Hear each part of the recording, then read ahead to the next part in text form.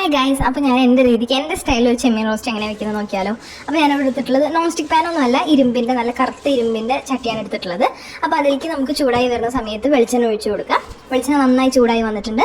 അതിലേക്ക് നമുക്ക് എന്ത് ആഡ് ചെയ്ത് കൊടുക്കാം? ഉള്ളി, ഒരു സവാള, ഒരു കുഞ്ഞൻ സവാളയാണ് ഞാൻ എടുത്തിട്ടുള്ളത്. കാരണം ചെമ്മീൻ കുറച്ചേ ഉള്ളൂ. അപ്പോൾ ഞാൻ അത് വെച്ചിട്ട് അത്രയും ആ ഒരു കണക്കിന് വേണ്ടിയിട്ട് ഞാനൊരു ചെറിയ സവാളയാണ് എടുത്തിട്ടുള്ളത്.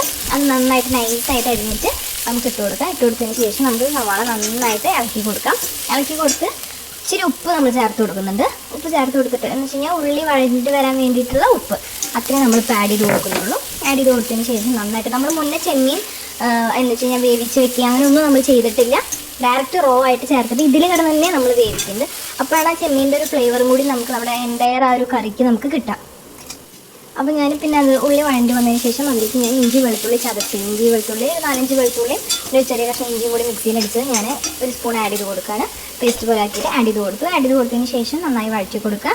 നന്നായി വഴറ്റി കൊടുത്തതിന് ശേഷം ഇതാണ് കേട്ടോ എൻ്റെ ചട്ടി. ഞാൻ ഇരുമ്പിൻ്റെ ചീനച്ചട്ടി എന്ന് പറയുന്നത് അതെൻ്റെ അനിയത്തി വന്നിട്ടൊരു ബിസ്ക്കറ്റ് കാണിച്ചതാണ് മൈൻഡാക്കേണ്ടത്. അപ്പോൾ എന്നിട്ട് അതിലേക്ക് എന്ത് ചെയ്ത് കൊടുക്കാം? നമുക്ക് തക്കാളി ആഡ് ചെയ്ത് കൊടുക്കാം. ഒരു കുഞ്ഞൻ തക്കാളിയാണ്, ചെറുതായിട്ട് അരിഞ്ഞിട്ടുള്ള തക്കാളി ഞാൻ ആഡ് ചെയ്ത് കൊടുത്തു. തക്കാളി ആഡ് ചെയ്ത് കൊടുത്തു. ആഡ് ചെയ്ത് കൊടുത്തതിന് ശേഷം നിങ്ങളൊരു കാര്യം ചെയ്തിട്ട് കുറേ തക്കാളി കുറേ ഉള്ളി അങ്ങനെയൊന്നും ആഡ് ചെയ്യരുത്. അപ്പോൾ മൊത്തത്തിൽ നമുക്കൊരു മധുരച്ചുവയും ഞാൻ ഇതിൽ പച്ചമുളക് ആഡ് ചെയ്യുന്നില്ല. അപ്പോൾ മൊത്തത്തിലൊരു മധുരച്ചുവയും. അപ്പോൾ നിങ്ങൾ അതുകൊണ്ട് കൂടുതൽ തക്കാളി ഒന്നും ആഡ് ചെയ്യാൻ നിൽക്കരുത്. അപ്പോൾ അത് ഒന്ന് ഇളക്കി കൊടുത്തതിന് ശേഷം ജസ്റ്റ് ഒന്ന് വെയിറ്റ് ചെയ്യുക, അതൊന്ന് വേവാൻ വേണ്ടിയിട്ട്. ഇനി നമുക്ക് അതിൽ പൊടികൾ ചേർത്ത് കൊടുക്കാം. ഞാൻ ഇവിടെ ചേർത്ത് കൊടുക്കുന്ന പൊടികൾ എന്തൊക്കെയാണെന്ന് വെച്ച് കഴിഞ്ഞാൽ മഞ്ഞൾപ്പൊടി ആഡ് ചെയ്ത് കൊടുക്കുന്നുണ്ട്, മുളക് പൊടി ആഡ് ചെയ്ത് കൊടുക്കുന്നുണ്ട്, പിന്നെ മല്ലിപ്പൊടി ആഡ് ചെയ്ത് കൊടുക്കുന്നുണ്ട്, ഗരം മസാല ആഡ് ചെയ്ത് കൊടുക്കുന്നുണ്ട്, പിന്നെ ലൈക്ക് ഒരു ഫ്രൈഡ് മസാല പോലത്തെ ഒരു ചെറിയൊരു ഫ്ലേവറുള്ളൊരു പൗഡർ ഉണ്ട്, ആ പൗഡർ കൂടി ആഡ് ചെയ്ത് കൊടുക്കുന്നുണ്ട്, പിന്നെ കുരുമുളക് പൊടി ആഡ് ചെയ്ത് കൊടുക്കുന്നുണ്ട്. ഇത്രയാണ് ആഡ് ചെയ്ത് കൊടുക്കുന്നത് ഞാനിവിടെ പൊടികളായിട്ട്. വേറെ ഒരു പൊടി ഞാൻ ആഡ് ചെയ്യുന്നില്ല. ഇതെല്ലാം ആഡ് ചെയ്ത് കൊടുത്തിട്ട് നന്നായിട്ട് ഇളക്കി കൊടുക്കാം.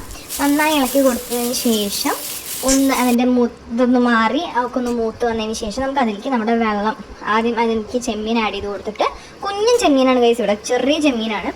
അപ്പോൾ എന്നിട്ട് നമുക്ക് അതിലേക്ക് വെള്ളം കൂടി ആഡ് ചെയ്ത് കൊടുത്ത്, ബാക്ക്ഗ്രൗണ്ടിൽ സൗണ്ട് കേൾക്കുന്നത് മഴ പെയ്യുന്നുണ്ട് കേട്ടോ. പിന്നെ മല്ലിച്ചപ്പും കരിവേപ്പിലും കൂടി ആഡ് ചെയ്ത് കൊടുത്തു, കുറച്ച് വെള്ളം ആഡ് ചെയ്ത് കൊടുത്ത് നമുക്ക് നന്നായിട്ട് വേവാനായിട്ട് വെക്കാം. ചെമ്മീൻ നന്നായിട്ട് വേവണം, ഇല്ലെന്നുണ്ടെങ്കിൽ വയറ് വേദനിക്കും.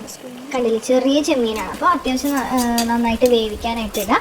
വെള്ളം ഒഴിച്ചിട്ട് ഇങ്ങനെ കുറച്ചായിട്ട് വറ്റിച്ച് വേവിച്ചെടുക്കുക. അറ്റ് ലാസ്റ്റ് ഇതാ വേവിച്ച് നല്ല കട്ടയായിട്ട് എടുത്തിട്ടുണ്ട് ഞാൻ. അപ്പോൾ ഇത്രയേ ഉള്ളൂ. അപ്പോൾ എല്ലാവരും സബ്സ്ക്രൈബ് ചെയ്യുക, എല്ലാവരും ട്രൈ ചെയ്ത് നോക്കുക. Bye bye.